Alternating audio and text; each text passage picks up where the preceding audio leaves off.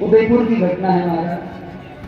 हाँ, और वो ये है कि हमारा परम शिष्य जिसके प्रबल भाव भगवान के प्रति, बिहारी जी के मंदिर में गया, मंदिर में बहुत ज्यादा भीड़ थी, दर्शन ना हुए। कोई उत्सव चल रहा था, फाल्गुन का टाइम था, और इतनी ज्यादा भीड़ थी कि वो कोशिश कर रहा है कि एक पेड़ यदि आगे बढ़ जाए। मैं खुद सच्ची घटना बताई मुझे, गुरुदेव मेरे साथ ऐसा हुआ, एक पेड़ आगे बढ़ जाए तो मुझे बिहारी जी की मूर्ति दिख जाए। मैं रोने लगा, बिलखने लगा कि बस एक पेड़ मेरा आगे चले जाए, मुझे ठाकुर के दर्शन हो जाए। मैं तड़प गया, गुरुजी भीड़ इतनी ज्यादा थी, मेरा एक पेड़ आगे ना बढ़ पाया, लेकिन मेरे भाव प्रबल थे कि मेरा दीनानाथ मुझे दर्शन दे। तभी उसी मंदिर में मुझे ये दिखाई दिया कि वो मूर्ति टेढ़ी हो रही है और टेढ़े होकर मुझे दर्शन दे रही है। भाव का खेल है, भाव प्रबल हो तो आनंद हो जाते हैं। तुम जैसी भावना रखते हैं उसी के मुताबिक परमात्मा कृपा करते हैं। आज सुखदेव जी परीक्षित जी को कथा सुना रहे हैं और कहा कि आसन को सीखना जरूरी है, जितासनो अभ्यास करो। हर चीज का अभ्यास करना पड़ता है, कोई महान नहीं बनता इस संसार में बिना पुरुषार्थ के। निरंतर और नित्य प्रवाह से पुरुषार्थ चाहिए, मेहनत चाहिए, कर्म चाहिए अपना। और कर्म कौन सा? सत्कर्म हो, भगवान के लिए जीने का कर्म हो, भगवान के लिए मरने का कर्म हो, गोविंद के लिए कुछ करने का कर्म हो।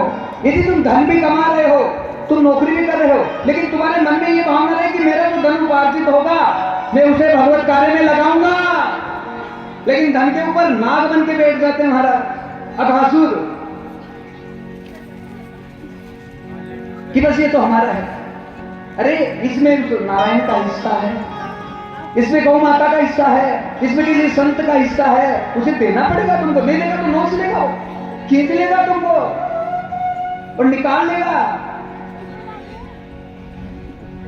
इसलिए धन को बढ़ाने का सबसे बड़ा साधन यही है कि हमें नित्य और निरंतर प्रवाह से परमात्मा के कार्य करने चाहिए। मैं व्यक्तिगत रूप से किसी की प्रशंसा ना करूं, लेकिन ये बात एकदम सत्य है कि पहले दिन भी गुरु जी के मुख से ये निकला कि जो छोटा भाई दिया भगवान ने, साथ साथ लक्ष्मण का रूप दिया महाराज।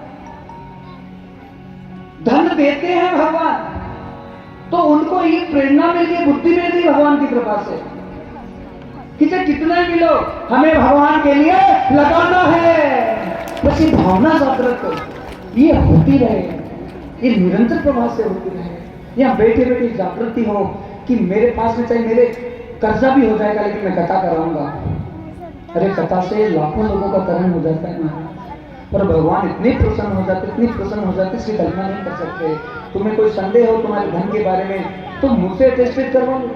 तुम कथा में, कथा से संबंधित तुम्हारा कोई काम हो गया, सत्कर्म हो गया इससे बड़ा, तो इतना मिलेगा तुम्हें जिसकी कल्पना नहीं कर सकते। इसलिए भगवान के कर्म को भी रोकना नहीं चाहिए। कई जगह एकदम कथा फाइनल हो जाती है, भंडार लग जाता है, मुहूर्त निकल जाता है, तारीख तय हो जाती है, लेकिन कथा नहीं हो पाती क्योंकि उस यजमान का पाप आटे आ जाता है। वो रोक लेता है कि तेरे ऐसा कर्म नहीं है कि तेरे गुरु जी आ जाए तुम्हारे कथा। महाराज जितासनो जित श्वासो, श्वास को जीतो कैसे? प्राणायाम का अभ्यास करो। रेचक, कुंभक, कुंभक और पूरक, माफ करना, रेचक, कुंभक और पूरक। रामदेव बाबा बताता है ना,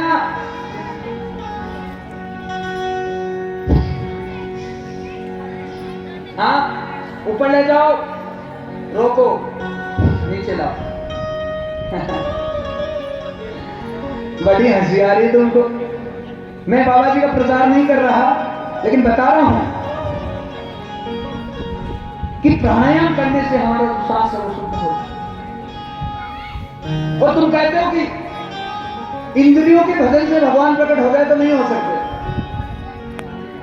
तरीका वही है, पहले राम राम राम राम ही करना पड़ेगा, लेकिन भगवान के आने का समय होगा ना माताओं, उस समय तुम्हारे मुख से कुछ नहीं निकलेगा। तुम्हारी श्वासें समाधि में हो तो कोई होश नहीं है, और एक योगी होता है, योगेश्वर के स्वरूप में वो होता है, तो वो बहुत कम सांस लेता है, और हम तो सांस पे सांस, इतनी फास्ट पल्स चलती है हमारी, इतनी फास्ट कि समझ लो मरना संग की तरफ बढ़ रहे हैं।